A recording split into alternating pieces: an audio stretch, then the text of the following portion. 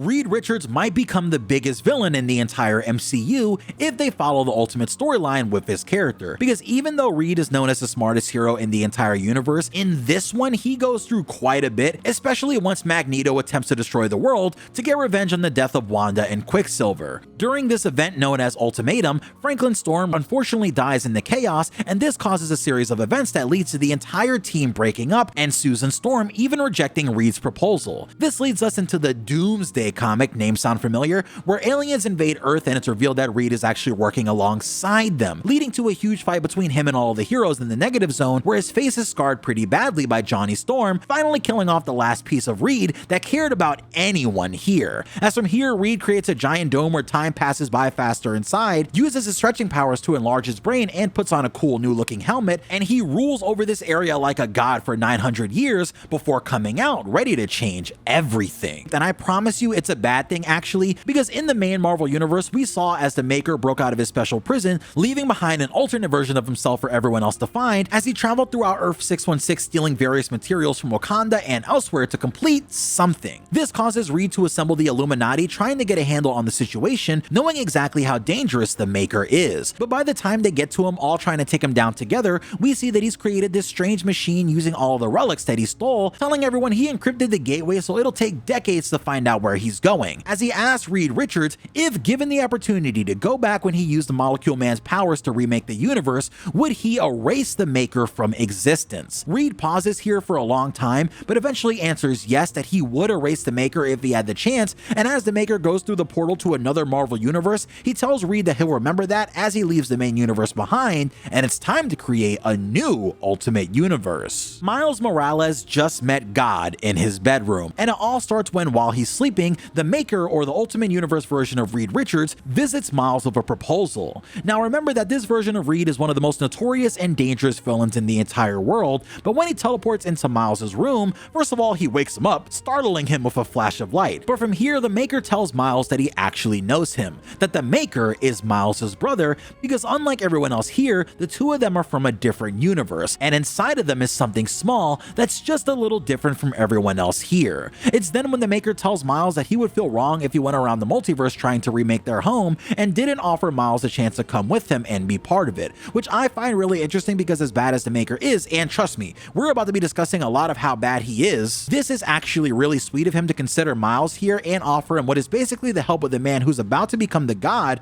of a Marvel universe. However, as Miles declines his invitation saying he's happy here, especially since his mom is alive again, the Maker leaves Miles with a card in case he changes his mind, as Miles is left really confused. After the death of his universe, the Maker escapes into the multiverse and uses time travel to alter the course of a different universe, Earth 6160. Originally, this timeline would have gone very similar to the events of the main Marvel universe. However, we see as Peter Parker is taking a trip and walking with Mary Jane about to get bitten by the radioactive spider, the Maker takes it and captures it, causing Peter to never become Spider-Man and grow into an adult with his family and a mostly happy life, not knowing he was meant to be my favorite superhero. This continues on as the Maker makes sure that Thor never becomes king, Xavier and Magneto never lead the mutants, and for the most part he makes it so that the people that are heroes, the people that are in power over the government or different territories, and the people that matter are all either under his control or extremely influenced by him as part of giving them that power. So now you effectively have a Marvel universe full of fake heroes where nothing is as it should be,